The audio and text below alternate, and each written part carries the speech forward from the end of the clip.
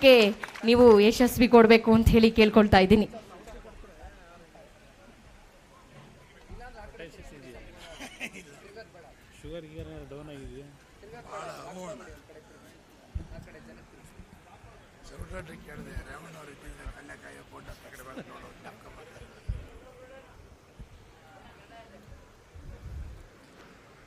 ಜಾತ್ಯತೀತ ಜನತಾದಳದ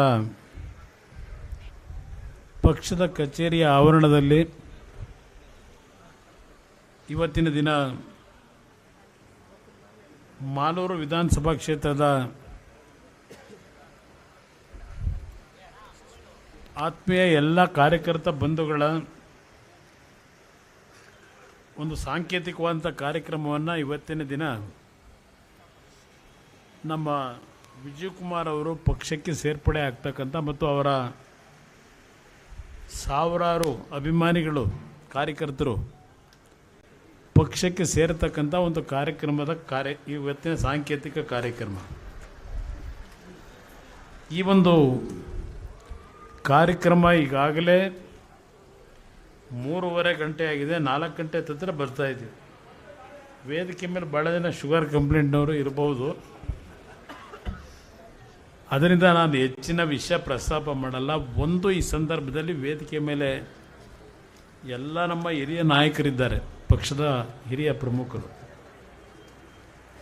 ಎಲ್ಲರ ಹೆಸರನ್ನು ಹೇಳಲಿಕ್ಕೆ ಹೋಗೋದಿಲ್ಲ. ಆದರೆ ಇವತ್ತಿನ ಈ ಕಾರ್ಯಕ್ರಮದ ರೂವಾರಿಗಳು ಒಂದು ವಿಜಯಕುಮಾರ್ ಅವರು ಮತ್ತೊಂದು ರಾಮೇಗೌಡರು ಅಂತಕ್ಕಂಥದ್ದನ್ನು ಹೇಳಲಿಕ್ಕೆ ಬಯಸ್ತೀವಿ. ಪ್ರಥಮವಾಗಿ ರಾಮೇಗೌಡರು ಏನು ಮಾತನಾಡಿದ್ರು, ಮನಸ್ಸು ಬಿಚ್ಚಿ ನಿಮ್ಮ ಮುಂದೆ ಮಾತನಾಡಿದ್ದಾರೆ. ಅವರಿಗೆ ರಾಜಕೀಯದಲ್ಲಿ ಆದಂಥ ಅನುಭವಗಳೇನಿದೆ, ಜಿಲ್ಲಾ ಪಂಚಾಯತಿ ಚುನಾವಣೆಗೆ ನಿಂತಂಥ ಒಂದು ದಿನದಿಂದ ಪ್ರಾರಂಭ ಆಗಿ ಹಲವಾರು ರಾಜಕೀಯದ ಅನುಭವಗಳನ್ನು ಅವರೇನು ಕಂಡಿದ್ದಾರೆ ಅದೆಲ್ಲ ನಿಮ್ಮ ಮುಂದೆ ಪ್ರಾಮಾಣಿಕವಾಗಿ ವ್ಯಕ್ತಪಡಿಸಿದ್ರು. ಆದರೆ ಕೊನೆಗೆ ಒಂದು ಮಾತು ಹೇಳಿದ್ರು, ವಿಜಯಕುಮಾರ್ ಅವರ ಜೊತೆಗೂಡಿ ನಾನು ಮಾಲೂರಿನ ನನ್ನ ಕಾರ್ಯಕರ್ತರನ್ನ ಉಳಿಸ್ಕೊಳ್ತಕ್ಕಂಥದ್ದಕ್ಕೆ, ಅದು ವಿಜಯಕುಮಾರ್ ಅವರ ಅಭಿಮಾನಿಗಳಿರ್ಬೋದು, ನಮ್ಮ ಜನತಾದಳದ ಹಳೆ ಕಾರ್ಯಕರ್ತರುಗಳು ಇರ್ಬೋದು, ಉಳಿಸ್ಕೊಳ್ತಕ್ಕಂಥ ನಿಟ್ಟಿನಲ್ಲಿ ವಿಜಯಕುಮಾರ್ ಅವರ ಜೊತೆ ನಾನು ಕೈ ಜೋಡಿಸಿ ಎಲ್ಲ ರೀತಿಯ ತ್ಯಾಗಕ್ಕೆ ನಾನು ಸಿದ್ಧವಾಗಿ ನಾನು ಇವತ್ತಿನ ದಿನ ಸಂಪೂರ್ಣ ಸಂತೋಷದಿಂದ ಮುಕ್ತ ಮನಸ್ಸಿನಿಂದ ಘೋಷಣೆ ಮಾಡ್ತಾ ಇದ್ದೇನೆ ಅಂತಕ್ಕಂಥ ಮಾತೇನು ಹೇಳಿದ್ದಾರೆ. ಈ ಪಕ್ಷದ ಬಗ್ಗೆ ಅವರು ಇಟ್ಟಿರ್ತಕ್ಕಂಥ, ವಿಶೇಷವಾಗಿ ರಾಷ್ಟ್ರೀಯ ಅಧ್ಯಕ್ಷರಂಥ ದೇವೇಗೌಡರ ಬಗ್ಗೆ, ನನ್ನ ಬಗ್ಗೆ, ನಿಖಿಲ್ ಕುಮಾರಸ್ವಾಮಿಯವ್ರ ಬಗ್ಗೆ ಅವರು ಇಟ್ಟಿರ್ತಕ್ಕಂಥ ಒಂದು ವಿಶ್ವಾಸ ಏನು ಇಟ್ಕೊಂಡಿದ್ದಾರೆ, ಅವರ ರಾಜಕೀಯದ ವಿಷಯದಲ್ಲೂ ನಾವು ಕಡೆಗಣಿಸ್ತಕ್ಕಂಥ ಪ್ರಶ್ನೆ ಇಲ್ಲ. ಇವತ್ತು ಇವರಿಬ್ಬರು ಅಣ್ಣ ತಮ್ಮಂದ್ರ ಥರ ಮಾಲೂರಿನ ಜನತೆಯ ಒಂದು ಕಷ್ಟ ಸುಖದಲ್ಲಿ ಭಾಗಿಯಾಗಿ, ಜನತೆಯ ಒಂದು ಸಮಸ್ಯೆಗಳಿಗೆ ಪರಿಹಾರವನ್ನು ಕಲ್ಪಿಸಿದರೆ ಬಹುಶಃ ಮಾಲೂರು ಮುಂದಿನ ದಿನಗಳಲ್ಲಿ ಯಾವುದೇ ಸಮಸ್ಯೆ ಇಲ್ಲ, ಒಂದು ನಿಷ್ಠಾವಂತ ಮತ್ತು ಪಾರದರ್ಶಕವಾದಂಥ ಆಡಳಿತವನ್ನು ಕೊಡ್ತಕ್ಕಂಥ ಜನಪ್ರತಿನಿಧಿಯನ್ನು ನೀವು ಆಯ್ಕೆ ಮಾಡ್ಕೋತೀರಿ ಅನ್ನೋದು ನನ್ನ ಅಭಿಪ್ರಾಯ. ವಿಜಯವ್ರ ಬಗ್ಗೆ ನಾನೇನು ದೊಡ್ಡದಾಗಿ ಮಾತನಾಡಬೇಕಾಗಿಲ್ಲ. ಬೆಂಗಳೂರಿನಲ್ಲಿ ಅವರ ಚಟುವಟಿಕೆಗಳಿದ್ದರು. ಮಾಲೂರಿನಲ್ಲಿ ಕಳೆದ 7-8 ವರ್ಷಗಳಿಂದ ನಿರಂತರವಾಗಿ ನಿಮ್ಮ ಜೊತೆಗೂಡಿ ಏನು ಕೆಲಸ ಮಾಡಿದ್ದಾರೆ. ಇಲ್ಲಿ ಇನ್ನೊಬ್ಬ ನನ್ನ ಸ್ನೇಹಿತ ಪ್ರಭಾಕರು ನನ್ನ ಹಳೆ ಸ್ನೇಹಿತನೇ. ಪ್ರಭಾಕರ್ಗೂ ಹಲವಾರು ರೀತಿಯ ಏಳು ಬೀಳುಗಳನ್ನು ಕಂಡಿದ್ದಾರೆ. ಅವ್ರಿಗೂ ಸ್ವಲ್ಪ ಅನ್ಯಾಯ ಆಗಿರತಕ್ಕಂಥದ್ದು ನಿಜ ಪ್ರಭಾಕರ್ ಅವರಿಗೂ. ಆದರೆ ಪ್ರಭಾಕರ್ ಅವರು ವಿಜಯಕುಮಾರ್ ಅವರ ಜೊತೆಗೂಡಿ ಪ್ರಾಮಾಣಿಕ ಅವ್ರ ಜೊತೆಯನ್ನು ನಿಂತಿದ್ದಾರೆ. ಅವರನ್ನು ನಾವು ಮರೀತಕ್ಕಂಥ ಪ್ರಶ್ನೆಯಲ್ಲಿ ನನಗೆ ಭಾಳ ಅತ್ಯಂತ ಆತ್ಮೀಯವಾದ ಸ್ನೇಹಿತ ಪ್ರಭಾಕರ್, ಹಳೆಯ ಸ್ನೇಹಿತ, ಸುಮಾರು 15-20 ವರ್ಷ ಸ್ನೇಹಿತ. ಅವರು ಎಲ್ಲೇ ಇದ್ದರೂ ನಮ್ಮ ಒಂದು ಶ್ರೇಯಸ್ಸನ್ನು ಬಯಸಿದಂಥವ್ರೆ ಪ್ರಭಾಕರ್. ಪಕ್ಷ ಬಿಟ್ಟು ಹೋಗಿದ್ರು. ಕೊನೆಗೆ ಅವರೊಂದು ಮಾತು ಹೇಳಿದ್ರು, ನನ್ನ ತಾಯಿ ಮನೆ ಇದು, ಇಲ್ಲಿಗೆ ಬರ್ತಿದ್ದೀನಿ ಅಂತ. ಅದು ಅವರಲ್ಲಿ ಇರ್ತಕ್ಕಂಥ ನಿಷ್ಠೆ. ಮಾಲೂರಿನಲ್ಲಿ ಬಹುಶಃ ಇವತ್ತಿನಿಂದ ಒಂದು ಹೊಸ ಬದಲಾವಣೆಯನ್ನು ಕಾಣ್ತಕ್ಕಂಥದ್ದಕ್ಕೆ ಇವತ್ತು ಮಾಲೂರಿನಿಂದ ಬಂದಿರತಕ್ಕಂಥ ನಿಷ್ಠಾವಂತ ಕಾರ್ಯಕರ್ತರು ನೀವೇನು ಬಂದಿದ್ದೀರಿ, ನಿಮ್ಮೆಲ್ಲರಿಗೆ ನನ್ನ ಅಭಿನಂದನೆ ಸಲ್ಲಿಸ್ಲಿಕ್ಕೆ ಬಯಸ್ತೀನಿ. ಹೆಚ್ಚಿನ ಭಾಷಣ ಬೇಕಿಲ್ಲ. ಬಹುಶಃ ಇಲ್ಲಿ ಎಲ್ಲ ನಮ್ಮ ನಾಯಕರುಗಳು ಮಾತನಾಡಿದ್ದಾರೆ. ಮಾಧ್ಯಮದ ಸ್ನೇಹಿತರು ಇರೋದರಿಂದ ಒಂದು ಮಾತು ಹೇಳ್ತೀನಿ. ಸನ್ಮಾನ್ಯ ದೇವೇಗೌಡರು ಪಾಪ ಭಾಳ ನೋವಿನಿಂದ ಈ ರಾಜ್ಯಕ್ಕೆ, ಈ ಸಮಾಜಗಳಿಗೆ ನಾನು ಏನೇನು ಕೊಟ್ಟಿದ್ದೇನೆ ಅಂತಕ್ಕಂಥದ್ದನ್ನು ಪಾಪ ಅವರು ನಿಮ್ಮ ಮುಂದೆ ವಿಸ್ತಾರವಾಗಿ ಮಾತನಾಡಿದ್ದಾರೆ. ವಿಶೇಷವಾಗಿ ಮಹಿಳೆಯರಿಗೆ ತಂದಂಥ ಮೀಸಲಾತಿಗಳಿರ್ಬೋದು, ಹಾಗೂ ಹಲವಾರು ಸಮಾಜಗಳಿಗೆ, ಹಿಂದುಳಿದ ಸಮಾಜಗಳಿಗೆ ಯಾವ್ಯಾವ ರೀತಿ ನಾನು ಒಂದು ಕೊಡುಗೆ ಕೊಟ್ಟಿದ್ದೇನೆ ಅಂತಕ್ಕಂಥದ್ದು ನಿಮ್ಮ ಮುಂದೆ ಹೇಳಿದ್ದಾರೆ. ಇಲ್ಲಿ ಇವತ್ತು ವಿಜಯ್ ಏನಿದ್ದಾರೆ, ಇಲ್ಲಿ ಇನ್ನೊಂದು ಎಕ್ಸಾಂಪಲ್ ಹೇಳ್ತೀನಿ. ನಮ್ಮ ತಿಗಳ ಸಮಾಜದ ಮುಗ್ಧತನ ಏನಿದೆ ಅಂದರೆ, ತುಮಕೂರು ಜಿಲ್ಲೆನಲ್ಲಿ ಒಬ್ಬ ಜಹಾಂಗೀರ್ ರವಿ ಅಂತ ಇದ್ದಾನೆ. ಬಹುಶಃ ನಿಮ್ಗೆ ಯಾರು ನೆಂಟಸ್ಥಾನ ಇರ್ಬೋದೇನೋ. ತುಮಕೂರಿನಲ್ಲಿ ಒಂದು ಬಾರಿ ಹಠ ಮಾಡಿ ಟಿಕೆಟ್ ಕೊಟ್ಟೆ, 30,000 ಓಟ್ ತಗೊಂಡ. ಎರಡನೇ ಬಾರಿ ಮತ್ತೆ ನಿಲ್ಲು ಅಂತ ಹೇಳಿದೆ. ಅಯ್ಯೋ ಅಣ್ಣ, ನನ್ನ ಹತ್ರ ದುಡ್ಡೆಲ್ಲಿದೆ, ಸುಮ್ಮನೆ ನೀನು ನನಗೆ ಹಿಂಸೆ ಕೊಡಬೇಡ, ನಿಲ್ಲೋದಿಲ್ಲ ಅಂತ. ನಾನು ಚುನಾವಣೆ ಎದುರಿಸ್ತೀನಪ್ಪ, ನಿನ್ನ ಚುನಾವಣೆಗೇನು ಯಾವುದೇ ಸಮಸ್ಯೆ ಇಲ್ದಂಗೆ ನೋಡ್ಕೊತೀನಿ, ನಿಲ್ಲು ಅಂದ್ರೂ ನಿಲ್ಲದೆ ಮತ್ತಿನ್ಯಾರನ್ನೂ ಕರ್ಕೊಂಬಂದು ಅಭ್ಯರ್ಥಿ ಮಾಡ್ದ. ಅಲ್ಲಿ ಅವತ್ತು MLA ಆಗೋನು. ಇವತ್ತು ಈ ಒಂದು ಸಮಾಜಕ್ಕೆ ಇಲ್ಲಿಯವರೆಗೆ ಬಹುಶಃ ಒಂದು ರಾಜಕೀಯವಾದಂಥ ಸ್ಥಾನಮಾನಗಳಿಂದ ದೊರಕಿಲ್ಲ. ಊಡಿ ವಿಜಯಿಂದ ಅದು ಪ್ರವೇಶ ಆಗ್ತದೆ ರಾಜಕೀಯವಾಗಿ ಅಂತಕ್ಕಂಥದ್ದು ನನ್ನ ಅಭಿಪ್ರಾಯ. ಅದಕ್ಕೆ ನಮ್ಮ ಕೋಲಾರದ ನಮ್ಮ ಎಲ್ಲ ಪಕ್ಷದ ಮುಖಂಡರುಗಳು, ನಮ್ಮ ಮಲ್ಲೇಶಣ್ಣ ಲೋಕಸಭಾ ಸದಸ್ಯರಿದ್ದಾರೆ, ಇದು ಪ್ರಭಾಕರರು, ರಾಮೇಗೌಡರು ಮತ್ತು ನಿಮ್ಮಂಥ ನಿಷ್ಠಾವಂತ ಸಾವಿರಾರು ಕಾರ್ಯಕರ್ತರು ಅವರ ಬೆನ್ನೆಲುಬಾಗಿ ನೀವು ನಿಂತಿದ್ದೀರಿ. ನಿಮ್ಮ ಒಂದು ಶ್ರಮ, ನಿಮ್ಮ ಒಂದು ಆಶೀರ್ವಾದದಿಂದ ಇವತ್ತು ಈ ಸಮಾಜಕ್ಕೆ ಒಂದು ಶಕ್ತಿ ದೊರಕತಕ್ಕಂಥದ್ದಕ್ಕೆ ಮಾಲೂರಿನ ಜನತೆ ನಿಮಗೆ ಆಶೀರ್ವಾದ ಮಾಡ್ತಾರೆ ಅಂತಕ್ಕಂಥದ್ದು ನನ್ನ ಅಭಿಪ್ರಾಯ. ನಾನು ಮುಂದೆ ಮಾಲೂರಿಗೆ ಒಂದು ಬೃಹತ್ ಸಭೆ ಮಾಡಿ ಅಲ್ಲಿ ಅಧಿಕೃತವಾಗಿ ಕಾರ್ಯಕ್ರಮ ಸಮಾವೇಶ ನಾನು ಮಾಡೋದಿದೆ. ವಿಜಯ್ ಅವರು, ರಾಮೇಗೌಡರು, ಪ್ರಭಾಕರ್ ಅವರ ನೇತೃತ್ವದಲ್ಲಿ, ನಿಮ್ಮಗಳ ನೇತೃತ್ವದಲ್ಲಿ ಅಲ್ಲಿ ಭಾಳ ವಿಷಯಗಳನ್ನು ಅಲ್ಲಿ ಮಾತಾಡೋಣ ಅಂತ. ನನಗೆ ಮಾಲೂರು ಭಾಳ ದೊಡ್ಡ ಮಟ್ಟದಲ್ಲೇ ವಿಷಯಗಳು ಗೊತ್ತಿರತಕ್ಕಂಥ, ಇಲ್ಲಿ ಇರೋರು ಎಲ್ಲರೂ ನನ್ನ ಸ್ನೇಹಿತರೆ, ಕಾಂಗ್ರೆಸ್ನಲ್ಲಿರೋರು ನನ್ನ ಸ್ನೇಹಿತರೆ, ಆತ್ಮೀಯ.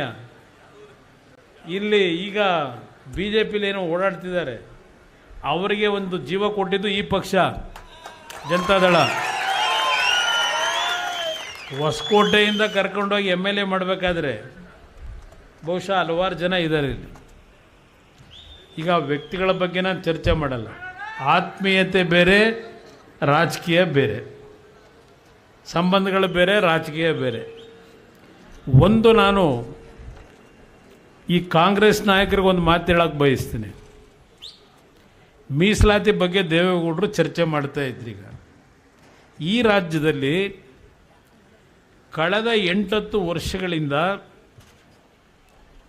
ಹಲವಾರು ಸಮಾಜಗಳ ಮೀಸಲಾತಿಯ ವಿಷಯಗಳನ್ನೇ ಕೆದಕಿ ಎಲ್ಲ ಪಕ್ಷಗಳು ಯಾವ್ಯಾವ ರೀತಿಯಲ್ಲಿ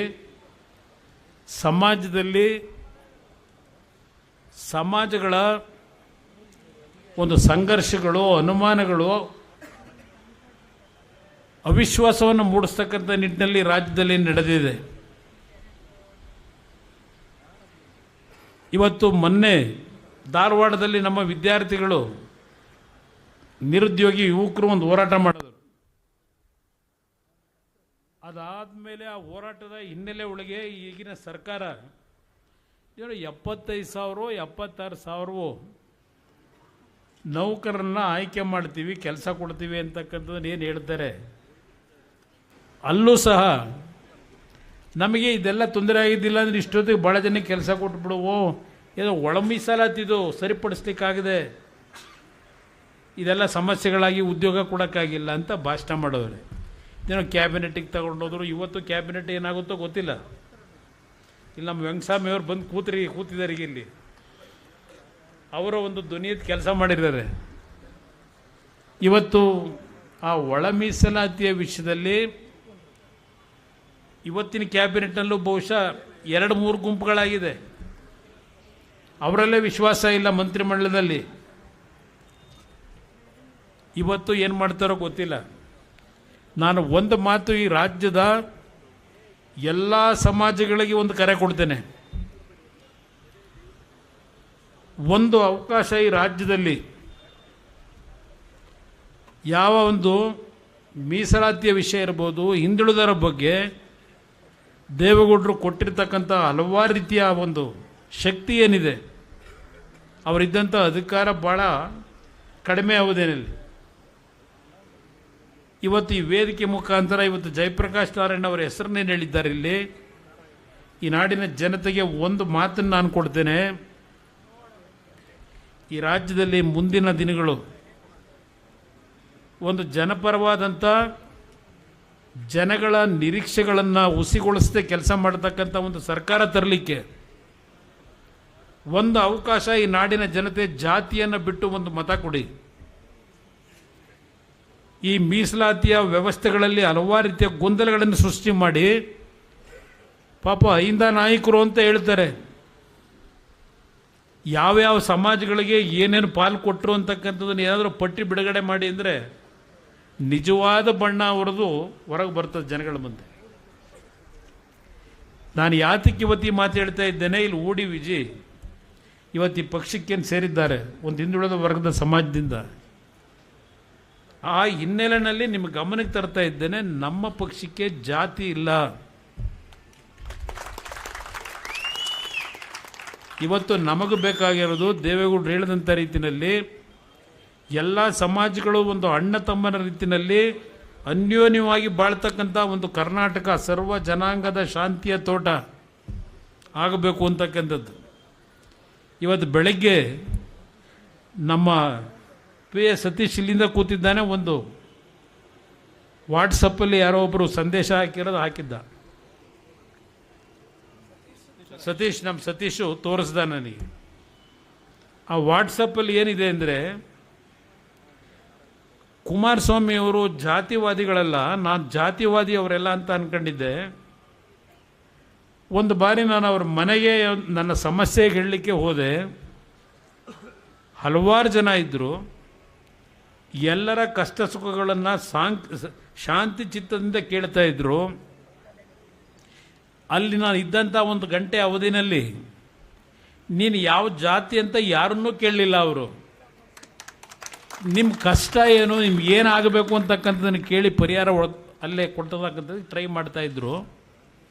ನನ್ನ ಸರದಿ ಬಂದಾಗ ನನ್ನನ್ನು ಜಾತಿ ಯಾವುದು ಅಂತ ಕೇಳಲಿಲ್ಲ. ನಾನೊಬ್ಬ ಬ್ರಾಹ್ಮಣ ಸಮಾಜದವನು, ನನ್ನ ಕೆಲಸ ಮಾಡಿಕೊಟ್ರು, ನನಗಾದಂಥ ಅನುಭವ ಅಂತೇಳಿ ಅವನು ವಾಟ್ಸಪ್ಪಲ್ಲಿ ಹಾಕೊಂಡವ್ರೆ. ಇದು ನಾನು ಯಾಕೆ ಹೇಳ್ತಾ ಇದ್ದೇನೆ, ನಾನು ಆಕಸ್ಮಿಕವಾಗಿ ರಾಜಕಾರಣಕ್ಕೆ ಬಂದವನು. ನಮ್ಮ ತಂದೆಯವರ ಮಾತುಗಳನ್ನು ಕೇಳಿದೆ. ಏನೋ ಒಂದು ಅವರ ಪುಣ್ಯ, ಅವರ ಮಾಡಿದಂಥ ಒಂದು ಸೇವೆ, ಭಗವಂತನ ಆಶೀರ್ವಾದದಲ್ಲಿ 2 ಬಾರಿ ಮುಖ್ಯಮಂತ್ರಿ ಆದೆ. ಪಾಪ ನೆನ್ನೆನೂ ಅಲ್ಲೆಲ್ಲೋ ಮಾಗಡಿಲಿ ಯಾರೋ ಹೇಳವ್ರೆ, ನೀನು ಸಾಕ್ಷಿ ಗುಡ್ಡೆ ಕೇಳ್ತಾರೆ. ನಾನು ಎಲ್ಲಿಂದ ಸಾಕ್ಷಿ ಗುಡ್ಡೆ ತರಲಿ? ನನ್ನ ಸಾಕ್ಷಿ ಗುಡ್ಡೆ ಈ ರಾಜ್ಯದ 6.5 ಕೋಟಿ ಜನ. ನಾನು ದೊಡ್ಡ ದೊಡ್ಡ ಕಟ್ಟಡಗಳನ್ನು ಕಟ್ಟಿ ನಾನು ಸಾಕ್ಷಿ ಗುಡ್ಡೆ ತೋರಿಸೋ ಪರಿಸ್ಥಿತಿಲಿ ಇಲ್ಲ ನಾನು. ಪಾಪ ಹೇಳಿದ್ದಾರೆ ನೆನ್ನೆ, ಅದೆಲ್ಲ ಅವ್ರ ಬಗ್ಗೆ ಚರ್ಚೆ ಮಾಡೋದು ಅನವಶ್ಯಕ ನನಗೆ. ಅದು ನೋಡಿದ್ರೆ ಅದು ಆ ಮಾತುಗಳಿಗೆ ಉತ್ತರ ಕೊಡ್ತಕ್ಕಂಥದ್ದಕ್ಕೆ ಯೋಗ್ಯವಲ್ಲದೆ ಇರ್ತಕ್ಕಂಥದ್ದು. ನಾನೇನು ಕೆಲಸ ಮಾಡಿದ್ದೇನೆ ಅದು ಈ ನಾಡಿನ 6.5 ಕೋಟಿ ಜನತೆಗೆ ಬಿಡ್ತೇನೆ. ನಾನು ಅದಕ್ಕೋಸ್ಕರ ಹೇಳ್ತಾ ಇದ್ದೇನೆ ವೇದಿಕೆಯಲ್ಲಿ, ಇನ್ನೂ ಒಳ ಮೀಸಲಾತಿ ವಿಷಯದಲ್ಲಿ ತೀರ್ಮಾನ ತಗೊಳಕ್ಕಾಗದೇ ಇರತಕ್ಕಂಥ 8 ವರ್ಷ ಮುಖ್ಯಮಂತ್ರಿ ಆಗಿ ಪಾಪ ದೇವರಾಜ ಅರಸು ಅವರ ದಾಖಲೆಯನ್ನು ಮುರಿದಾಕಿ ದಾಖಲೆನ ಇವತ್ತು ರಾಜ್ಯ ಆಳ್ತಾ ಇದ್ದಾರೆ. ಎಷ್ಟು ವರ್ಷ ಬೇಕು ನಿಮಗೆ? 8 ವರ್ಷ ಮುಖ್ಯಮಂತ್ರಿ ಆಗಿದ್ದೀರಲ್ಲ. ಈ ರಾಜ್ಯದಲ್ಲಿರ್ತಕ್ಕಂಥ ಆ ದಲಿತ ಸಮಾಜದ ಬಂಧುಗಳು ಇವತ್ತು ಅವರ ಒಂದು ಮೀಸಲಾತಿಯ ಬಗ್ಗೆ ನಡೀತಾ ಇರತಕ್ಕಂಥ ಈ ಗೊಂದಲಕ್ಕೆ ಎಷ್ಟು ವರ್ಷ ಬೇಕು ಸಿದ್ದರಾಮಯ್ಯನವರೇ ನಿಮಗೆ ಕೊಡಲಿಕ್ಕೆ? ಇದನ್ನು ಕೇಳಲಿಕ್ಕೆ ಬಯಸ್ತೇನೆ ಸಿದ್ದರಾಮಯ್ಯನವರಿಗೆ. ನಿಮ್ಮ ಅಧಿಕಾರ ಉಳಿಸ್ಕೊಳ್ಳಿಕ್ಕೆ, ನಿಮ್ಮ ಅಧಿಕಾರದ ಲಾಲಸೆಗೆ ಮಾತೆತ್ತಿರ ಅಹಿಂದ ಅಂತೇಳಿ ಬೇಕಾದಾಗ ಅಹಿಂದ ಹೇಳೋದು, ಅದು ಮುಗಿದ ಮೇಲೆ ಅವರಲ್ಲೇ ನೀವಿಲ್ಲೇ, ಇದು ನೀವು ನಡೆಸ್ಕೊಂಬಂದಿದ್ದೀರಿ. ಅದರಿಂದ ಹಲವಾರು ವಿಷಯಗಳಿದೆ ಚರ್ಚೆ ಮಾಡಲಿಕ್ಕೆ. ಇವತ್ತಿನ ಈ ಕಾರ್ಯಕ್ರಮದಲ್ಲಿ ಈಗಾಗಲೇ 4 ಗಂಟೆ ಆಗಿದೆ. ನಾನು ಸುದೀರ್ಘವಾಗಿ ಏನು ಮಾತನಾಡೋಕ್ಕೆ ಹೋಗಲ್ಲ. ಇವರ 3 ಜನ ಏನಿದ್ದಾರೆ ತ್ರಿಮೂರ್ತಿಗಳು ಬ್ರಹ್ಮ ವಿಷ್ಣು ಮಹೇಶ್ವರರಾಗಿ ಮಾಲೂರು ಜನತೆಯ ಪರವಾದಂಥ ಕೆಲಸ ಮಾಡಲಿಕ್ಕೆ ಪ್ರಾಮಾಣಿಕವಾಗಿ ನೀವು 3 ಜನ ಒಗ್ಗಟ್ಟಾಗಿರಿ. ಇನ್ನು ಉಳಿದಿದ್ದನ್ನು ಭಗವಂತನಿಗೆ ಬಿಡ್ತಕ್ಕಂಥ ಕೆಲಸ ಮಾಡಿ ನಿಮ್ಮ 3 ಜನನ ಉಳಿಸ್ಕೊಳ್ತಕ್ಕಂಥದ್ದಕ್ಕೆ ಭಗವಂತ ನಮಗೇನು ಶಕ್ತಿ ಕೊಡ್ತೇನೆ ಅದನ್ನು ನಿಮಗೇ ದಾರಿ ಎರಿತೀವಿ. ಈ ಮಾತನ್ನು ಹೇಳಿ ಒಂದು ಕುಟುಂಬದ ಥರ ಒಟ್ಟಿಗೆ ಹೋಗ್ತಕ್ಕಂಥದ್ದಕ್ಕೆ ಇವತ್ತು ಬಹುಶಃ ಇದು ಇವತ್ತಿನ ಮಾಲೂರಿನ ಈ ಕಾರ್ಯಕ್ರಮ ಜನತಾದಳ ಮುಂದಿನ ದಿನಗಳಲ್ಲಿ 20 ಸೀಟು 15 ಸೀಟು 30 ಸೀಟ್ ಏನು ಹೇಳ್ತಾ ಇದ್ದಾರೆ, ಅದೆಲ್ಲದಕ್ಕೂ ಉತ್ತರವನ್ನು ಕೊಡಲಿಕ್ಕೆ ತಯಾರಾಗ್ತಿದೆ ಅಂತಕ್ಕಂಥದ್ದನ್ನು ಮಾಲೂರಿನ ನಮ್ಮ ಜನತೆ, ಮಾಲೂರಿನ ವಿಜಯ್ ಅವರ, ರಾಮೇಗೌಡರ, ಪ್ರಭಾಕರ್ ಅವರ ಅಭಿಮಾನಿಗಳು, ನಮ್ಮ ಹಿರಿಯರೇನು ಬಂದಿದ್ದಾರೆ ಮಾಲೂರಿನಿಂದ ಒಂದು ಸಂದೇಶವನ್ನು ನಾಡಿನ ಜನತೆಗೆ ತಲುಪಿಸ್ತಾ ಇದ್ದೀರಿ. ಅದಕ್ಕೆ ನನ್ನ ಧನ್ಯವಾದಗಳು. ನಿಮ್ಮೆಲ್ಲರಿಗೂ ನನ್ನ ನಮಸ್ಕಾರ. ಹಾಂ, ಸುಬ್ಬಣ್ಣ ಅವರು, ವಿಜಯ್ ಕುಮಾರು, ಜಯರಾಜ್ ಅವರು ನಮಸ್ಕಾರ ಅಣ್ಣ. ನಮಸ್ತೆ. ಫ್ರೀಯಾಗಿ ಸಿಕ್ಕೋಣ, ಇನ್ನು ಮುಂದಕ್ಕೆ ಸೇರೋದು